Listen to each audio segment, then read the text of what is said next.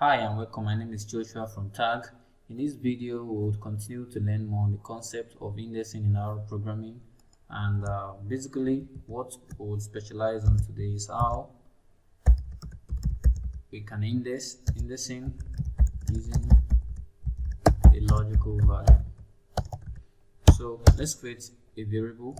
I'm going to do it on variable that is of character class, and at the same time I'm going to do it on variable that is of numeric class. So let's have that character class. So I'll say days underscore WK, that is days of the week, and then I just have Sunday,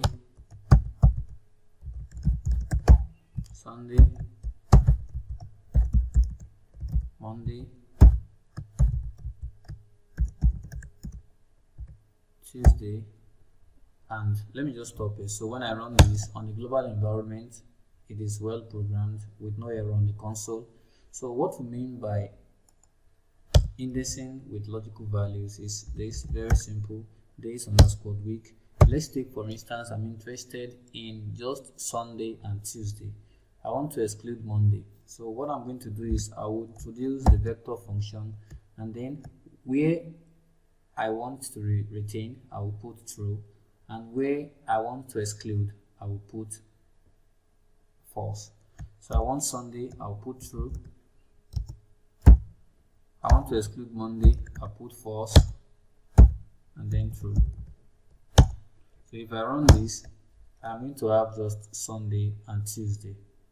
Perfect. So that is indexing using logical values, which you can also do by saying -2, and then you have the same thing as Sunday and Tuesday. At the same time, you can also write it this way. I'm just trying to take a mind back to some of the things we've done. You can introduce the vector and say 1 and 3, and so you have again Sunday and Tuesday. So let's perform these on numeric class and let's see how it goes. So I'm going to create a variable again called scores, and I'm still going to use this sequence values from 5 to 10, and then let it increase by 2. So if I run this, I have just 5, 7, and 9. So let's take, for instance, using the same concept of indexing a variable using logical value. So I'm going to say scores, and then I put the square bracket, and here we go again, true. Let's say true. That is, I still want to retain 7, but I don't want to see 9 again, so I'll put false. If I run this, 9 is out, which if I want to index it without using logical value, I can easily do by saying exclude the value in position 3, which is 9, and I can have it this way. At the same time, I can say scores and say 1 range using the special operator, a full column that talks about range of numbers, so I can have it this way to 5 and 7, and at the same time I can do it this way by saying scores square bracket, and then what I will do is to introduce the vector function and say 1, 2, and so I have it again as 5 and 7.